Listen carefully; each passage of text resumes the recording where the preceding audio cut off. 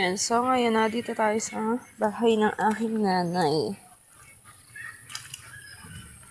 Malaki nga rin yung natumba, ano. Ayun, oh. Buti na lang pala, ano. Ayun, oh.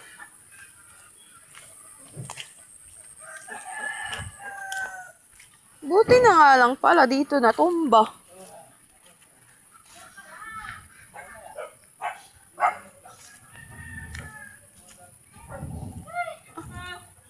Bumaha din pala.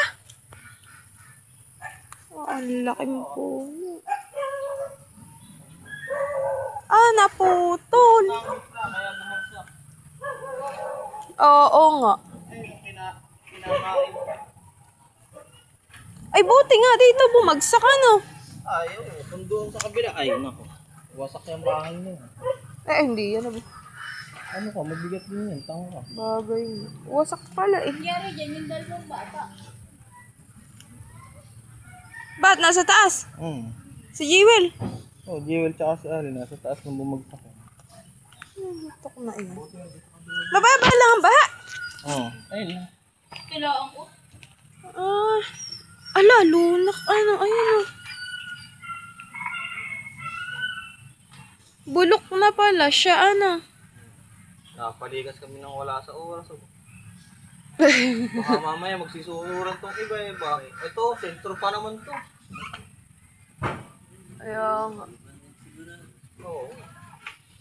Kaya nga sabi ko, lumikas na muna at malakas yung hangin talaga eh. Pero yung pagka mga alas 10 na, wala na, ano? Wala na. Bukso lang ano. Mga alas 5 hanggang mga 7 na lakas na ba? Oo. Talagang parang inaangat tong bahay. Buti nga hindi na di ba?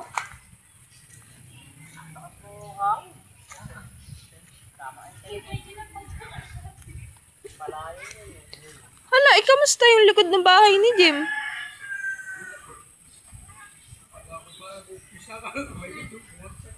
Kaya...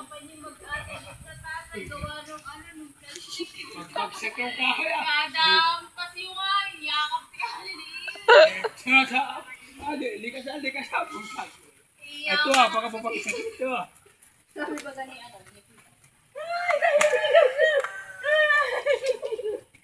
Ako naman natakot.